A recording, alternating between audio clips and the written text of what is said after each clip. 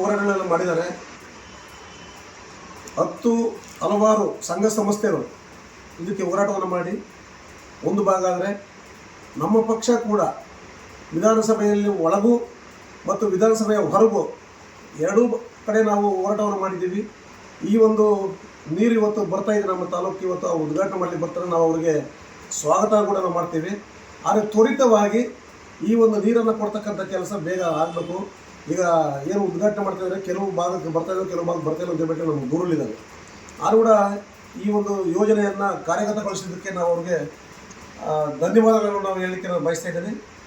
ಮತ್ತು ತ್ವರಿತವಾಗಿ ಇನ್ನೂ ಇದಕ್ಕೆ ಸಂಬಂಧಪಟ್ಟಂಥ ಕಾಮಗಾರಿಯನ್ನು ಮುಕ್ತಾಯಗೊಳಿಸಿ ಎಲ್ಲ ಗ್ರಾಮಗಳಿಗೆ 367 ಜನವಸತಿ ಪ್ರದೇಶಗಳೇನು ನಮ್ಮ ತಾಲೂಕಲ್ಲಿ ಗುರುತು ಮಾಡಿದ್ದಾರೆ, ಅವಕ್ಕೆಲ್ಲವನ್ನು ನೀರು ಕೊಡ್ತಕ್ಕಂಥ ಕೆಲಸವನ್ನು ಬೇಗ ಮುಗಿಸಬೇಕು ಅಂತ ಬಿಟ್ಟು ನಾವು ಈ ಮೂಲಕ ಅವರಿಗೆ ಒತ್ತಾಯಿಸ್ತೀವಿ. ನೋಡ್ತೀನಿ ಅವರು ಸಭೆ ಹಂಗೆ ನೋಡೋಣ. ನಾನು ಡೆಲ್ಲಿಗೆ ಹೋಗ್ಬೇಕು ಹೊರಟಿದ್ದೆ, ಅವತ್ತೇ ಡೆಲ್ಲಿಗೆ ಹೋಗ್ತಾ ಇಲ್ಲ ನೋಡೋಣ. ನಂದು ನೆನ್ನೆ ಡೆಲ್ಲಿಗೆ ಇರಬೇಕಾಯ್ತು. ನಾನು ಸೋಮವಾರ ಬನ್ನಿ ಅಂತ ಮತ್ತೆ ಏನೋ ಇದೆ ಬಿಡ ಅವೆಲ್ಲ. ನಾನು ಬರ್ತೀನಿ, ಸಿದ್ದರಾಮಯ್ಯ ಹತ್ರ ಬರ್ತೀನಿ. ನಮ್ಮದು ಒಂದು ಬೇರೆ ವಿಚಾರ ಇದೆ, ಮಾತಾಡಿ ನಾವು ಹೋಗ್ತೀವಿ.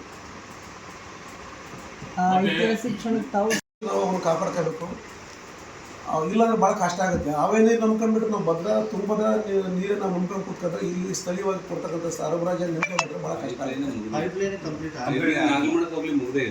ಇಲ್ಲ ಮುಗ್ದೇ ಇಲ್ವಾ? ಅರ್ಧ ಟ್ಯಾಪ್ ಆಗಿದೆ, 70% ಕಾಮಗಾರಿ ಮುಗಿದಿಲ್ಲ. 30% ಕೂಡ ಕಳಪೆ ಕಾಮಗಾರಿ. ಎಲ್ಲ ರಸ್ತೆ JJM ವರ್ಕ್ ಮಾಡಿದ್ದಾರೆ, ಎಲ್ಲ ರಸ್ತೆ ಹಾಳು ಮಾಡಿದ್ದಾರೆ. ಅದನ್ನು ಯಾವುದು ಕೂಡ ಸರಿಪಡಿಸಿಲ್ಲ. ಈಗ JJM ವರ್ಕೇ ಬೇರೆ, ತುಂಗಭದ್ರಾ ಪ್ರಾಜೆಕ್ಟ್ ವರ್ಕೇ ಬೇರೆ. ಅವ್ರ ಕಾಮಗಾರಿಗಳನ್ನು ಅವರು ಯಾವುದೋ ಒಂದು ಏಜೆನ್ಸಿ ಅವರು ನಿರ್ವಹಣೆ ಮಾಡ್ತಾರೆ. ಈ ಕಾಮಗಾರಿಗಳ ನಿರ್ವಹಣೆ ಮಾಡ್ತಕ್ಕಂಥ ಇದನ್ನು ಅನುಷ್ಠಾನ ಮಾಡ್ತಕ್ಕಂಥವ್ರು ಬೇರೆಯವರಿದ್ದಾರೆ, ಅಂದರೆ ಕಾಂಟ್ರಾಕ್ಟರ್ಸ್. ಆ ಕಾಂಟ್ರಾಕ್ಟರ್ಸೇ ಬೇರೆ, ಈ ಕಾಂಟ್ರಾಕ್ಟರ್ಸೇ ಬೇರೆ, ಗುತ್ತಿಗೆದಾರರು ಬೇರೆ ಬೇರೆ ಇದ್ದಾರೆ. ಅದು ಮೆಗಾ ಕಂಪ್ನಿಯವ್ರು ಮಾಡ್ತಕ್ಕಂಥ ಕೆಲಸ ಅವ್ರದ್ದು ಮುಕ್ತಾಯ ಮಾಡಬೇಕು. ಮತ್ತು ಇಲ್ಲಿ JJM ಕೆಲಸ ಯಾರ್ಯಾರು ಗುತ್ತಿಗೆದಾರ ತಗೊಂಡಿದ್ದಾರೆ ಅವನ್ನ ಆ ಕೆಲಸಗಳನ್ನ ಅವ್ರು ಮುಕ್ತಾಯ ಮಾಡಬೇಕು. ಇನ್ನು ಅನೇಕ ಗ್ರಾಮಗಳಲ್ಲಿ ಇನ್ನೂ JJM ಕೆಲಸಗಳು ಇನ್ನೂ ಪೆಂಡಿಂಗ್ ಇದ್ದಾವೆ. ಅವನ್ನ ಕೂಡ ಕೂಡಲೇ ತ್ವರಿತವಾಗಿ ಮತ್ತು ಕ್ವಾಲಿಟಿ ಕೆಲಸವನ್ನು ಮಾಡಿಸಿ ಅನುಷ್ಠಾನ ಮಾಡಿಸ್ತಕ್ಕಂಥ ಕೆಲಸ ಮಾಡಬೇಕು. ಒಂದು ರೀತಿಯಾದಂಥ ಭಯಭೀತಸ್ಥರಾಗಿ ಜನ ಇವತ್ತು ವಾಸ ಮಾಡ್ತಕ್ಕಂಥ ಒಂದು ಪ್ರವೃತ್ತಿ ಇದೆ ಇವತ್ತು. ಇದು ಸಿದ್ದರಾಮಯ್ಯನವರು ಇದನ್ನು ಮನಗಾಣಬೇಕು.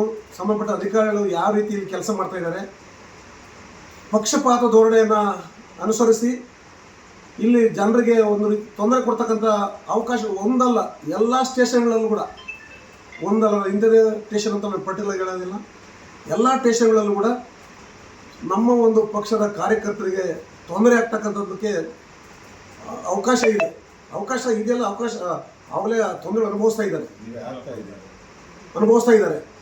ಒಂದೇ ಸೈಡು ಕೇಸ್ಗಳನ್ನು ಕೇಸ್ಗಳನ್ನು ಹಾಕ್ಸೋದ್ರ ಮುಖೇನ ನಮ್ಮ ಕಾರ್ಯಕರ್ತರಲ್ಲಿ ಒಂದು ರೀತಿಯ ಒಂದು ನೈತಿಕ ಸ್ಥೈರ್ಯವನ್ನು ಕೊಲ್ತಕ್ಕಂಥ ಒಂದು ಕೆಲಸವನ್ನು ಈ ಒಂದು ಸರ್ಕಾರ ಮಾಡ್ತಾ ಇದೆ. ಇದಕ್ಕೆ ಅಧಿಕಾರಿಗಳ ಮೂಲ ಕಾರಣ ಶಾಸಕರು ಮತ್ತು ಅಧಿಕಾರಿಗಳು ಎಲ್ಲರೂ ಸೇರಿ ಇದಕ್ಕೆಲ್ಲ ಮೂಲ ಕಾರಣ. ಒಂದು ರೀತಿಯಾದಂಥ ಒಂದು ಭಯಾನಕ ಒಂದು ವಾತಾವರಣ ಈ ತಾಲೂಕಲ್ಲಿ ನಿರ್ಮಾಣ ಮಾಡ್ತಕ್ಕಂಥ ಒಂದು ವ್ಯವಸ್ಥೆ ಪೊಲೀಸ್ ಇಲಾಖೆಯಲ್ಲಿ ಆಗ್ತಾ ಇದೆ. ಅದಕ್ಕೆ ಸಿದ್ದರಾಮಯ್ಯನವರು ಇನ್ಮೇಲಾದ್ರೂ ಕೂಡ ಈ ತಾಲೂಕಿಗೆ ಬಂದೋದ ಮೇಲಾದ್ರೂ ಕೂಡ ಒಂದು ಕಡಿವಾಣ ಹಾಕಿ ಸಾರ್ವಜನಿಕವಾಗಿ ಎಲ್ಲರೂ ಕೂಡ ಒಂದು ಒಳ್ಳೆಯ ಜೀವನವನ್ನು ಮಾಡಲಿಕ್ಕೆ ಅವಕಾಶವನ್ನು ಮಾಡಿಕೊಡ್ತಾರೆ ಅಂತ ಹೇಳಿ ನಾನು ಈ ಮೂಲಕ ಅವರಿಗೆ ಒತ್ತಾಯ ಮಾಡ್ತೇನೆ. ಕಾರ್ಯಕರ್ತರು ಒಂಥರ ಖುಷಿ ಪಡ್ತಾರಲ್ಲ, ನಮ್ಮ ಶಾಸಕರು ನಮ್ಮ ನಾಯಕರು ವೇದಿಕೆಯಲ್ಲಿದ್ದಾರೆ ಅಂತ. ಆ ಥರದ್ದೇನಿಲ್ಲ, ಸರ್ಕಾರಿ ಕಾರ್ಯಕ್ರಮ ಮಾಡ್ತಾ ಇದ್ದಾರೆ. ಪಾಪ ಅವರು ವೇದಿಕೆಗೆ ಆಹ್ವಾನಿತರು ಅವ್ರು ಬೇರೆ ಇದ್ದಾರೆ, ಇದು ಸಂತೋಷ. ನಾವು ಯಾರೇ ಪಬ್ಲಿಕ್ಸಲ್ಲಿ ಭಾಗವಹಿಸಿದ್ರು ನಮಗೆ ತಕರಾರಿಲ್ಲ. ಸಾರ್ವಜನಿಕವಾಗಿ ಎಲ್ಲರೂ ಭಾಗವಹಿಸಲಿ, ಎಲ್ಲರೂ ಹೋಗಲಿ, ಅವ್ರಿಗೆ ಯಾರು ನಮಗೆ ತಕರಾರಿಲ್ಲ, ಆ ಬಗ್ಗೆ ಇಲ್ಲ. ಸರ್ಕಾರಿ ಕಾರ್ಯಕ್ರಮ ಯಾರಾದರೂ ಹೋಗಲಿ, ಯಾರಾದರೂ ಬರಲಿ, ನಾವು ಅದ್ರ ಬಗ್ಗೆ ನಮ್ಮದೇನು ಇದಿಲ್ಲ. ನಮ್ಮ ಇದು ನಮ್ಮ ಸಮಯ ನೋಡ್ಕೊಂಡು ನಾವು ಕೂಡ ಯಾವ ರೀತಿ ಭಾಗವಹಿಸ್ಬೇಕು ಅಂದ್ರೆ ನಾವು ಆಮೇಲೆ ನಮ್ಮ ಸಮಯ ಅನುಸಾರ ನಾವು ನೋಡ್ಕೊಂಡು ಸಿದ್ದರಾಮಯ್ಯ ಬರೋಕ್ಕೆ ನಾವು ಸ್ವಾಗತನೇ ಮಾಡ್ತೀವಿ. ಇದನ್ನ ಇಷ್ಟು ಸಮಸ್ಯೆಗಳು ಸಿದ್ದರಾಮಯ್ಯ ಗಮನಿಸಬೇಕು, ಇವಕ್ಕೆಲ್ಲ ಪರಿಷ್ಕಾರ ಮಾಡ್ಕೊಡ್ಬೇಕಾಗಿ. ಇಷ್ಟು ನಮ್ಮ ತಾಲೂಕಿನ ಜ್ವಲಂತ ಸಮಸ್ಯೆಗಳು. ಸುಮಾರು ಹೊರಗಡೆಯಿಂದ ಬರ್ತಕ್ಕಂಥ ಜನರಿಗೆ ಸುಮಾರು 40% ಅಧಿಕವಾಗಿ ಉದ್ಯೋಗವನ್ನು ಅವ್ರು ಕೊಟ್ಟಿದ್ದಾರೆ ಅಂತ ಬಿಟ್ಟರೆ ನಮಗೆ ತಿಳಿದು ಬಂದಿದೆ. ಆ ಸ್ಥಳೀಯರಿಗೆ ಉದ್ಯೋಗವನ್ನು ಕೊಡಿಸ್ತಕ್ಕಂಥ ಕೆಲಸ ಆಗಬೇಕು. ಜೊತೆಗೆ ಭೂರಹಿತರಿಗೆ, ಕೃಷಿ ಕಾರ್ಮಿಕರಿಗೆ ಇವತ್ತು ತುಂಬ ತೊಂದರೆ ಆಗಿದೆ. ಜೀವನ ಮಾಡೋಕ್ಕೆ ತುಂಬ ತೊಂದರೆ ಆಗಿದೆ. ಸಣ್ಣ ಹಿಡುವಳಿದಾರರಿಗೂ ತುಂಬ ತೊಂದರೆ ಆಗಿದೆ. ಸಣ್ಣ ಹಿಡುವಳಿದಾರರು, ಭೂರಹಿತರು, ಕೃಷಿ ಕಾರ್ಮಿಕರಿಗೆ ಏನು ವ್ಯವಸಾಯವನ್ನು ನಂಬಿ ಅಲ್ಲಿ ಬದುಕನ್ನು ಕಟ್ಕೊಂಡಿದ್ರು, ಅವ್ರಿಗೆ ಇವತ್ತು ತುಂಬ ತೊಂದರೆ ಆಗಿದೆ. ಅವರಿಗೆ ಒಂದು ಆ ಭಾಗದಲ್ಲಿ ಉದ್ಯೋಗವನ್ನು ಸೃಷ್ಟಿ ಮಾಡ್ತಕ್ಕಂಥದ್ದಕ್ಕೆ ಯಾವುದಾದ್ರು ಒಂದು ಉದ್ಯಮವನ್ನು ಸ್ಥಾಪನೆ ಮಾಡಿ, ಕಾರ್ಖಾನೆ ಯಾವುದೋ ಒಂದು ಉದ್ಯಮವನ್ನು ಸ್ಥಾಪನೆ ಮಾಡಿ ಈ ತಾಲೂಕಲ್ಲಿರ್ತಕ್ಕಂಥ ನಿರುದ್ಯೋಗ ಸಮಸ್ಯೆಯನ್ನು ಹೋರಾಡಿಸ್ತಕ್ಕಂಥದಕ್ಕೆ ಒಂದು ಆದ್ಯತೆಯನ್ನು ಸನ್ಮಾನ್ಯ ಮುಖ್ಯಮಂತ್ರಿಗಳು ಏನಾದರೂ ಕೊಡುವವರು ಇದ್ದಾರೆ ಅಂತ ಹೇಳ್ಬಿಟ್ಟು ನಮಗೊಂದು ಪ್ರಶ್ನೆ. ಅಲ್ಲಿನ ಜನಜೀವನದ ಬಗ್ಗೆ, ಆ ಭಾಗದ ಒಂದು ಇದ್ರ ಬಗ್ಗೆ ಅಧ್ಯಯನ ಮಾಡಿ ಅಲ್ಲಿ ಯಾವ ರೀತಿ ಕ್ಲಿಷ್ಟಕರವಾದಂಥ ಪರಿಸ್ಥಿತಿ ಇದೆ ಭೂರಹಿತರಿಗೆ, ಕೂಲಿ ಕಾರ್ಮಿಕರಿಗೆ ಎಂಬುದು ಸಿದ್ದರಾಮಯ್ಯ ಅದನ್ನು ಮನಗಾಣಬೇಕು. ಮತ್ತು ನಮ್ಮ ತಾಲೂಕಲ್ಲಿ ಭಾಳಷ್ಟು ಕುಡಿಯುವ ನೀರಿನ ಘಟಕಗಳು, ಶುದ್ಧ ಕುಡಿಯುವ ನೀರಿನ ಘಟಕಗಳಿವೆ. ನಾವು ಹಿಂದೆ ಇದೇ ಸರ್ಕಾರ ಇದ್ದಾಗ, ಇವ್ರದೇ ಸರ್ಕಾರ ಇದ್ದಾಗ ಸುಮಾರು 270ಕ್ಕೂ ಅಧಿಕವಾದಂಥ ಈ ಫ್ಲೋರೈಡ್ ನಿರ್ಮೂಲನೆ ಮಾಡಲಿಕ್ಕೋಸ್ಕರ ಶುದ್ಧ ಕುಡಿಯುವ ನೀರಿನ ಘಟಕಗಳನ್ನು ನಾವು ಸ್ಥಾಪನೆ ಮಾಡಿದ್ವಿ. ಇವತ್ತು ಅವು 50%ಗಿಂತ ಹೆಚ್ಚು ಘಟಕಗಳು ಇವತ್ತು ನಿಷ್ಕ್ರಿಯವಾಗಿದ್ದಾವೆ. ಅವರ ನಿರ್ವಹಣೆ ಮಾಡಿದಲ್ಲಿ ಇವತ್ತು ಜನರು ತುಂಬ ಕಷ್ಟದಲ್ಲಿ ಅನುಭವಿಸ್ತಾ ಇದ್ದಾರೆ.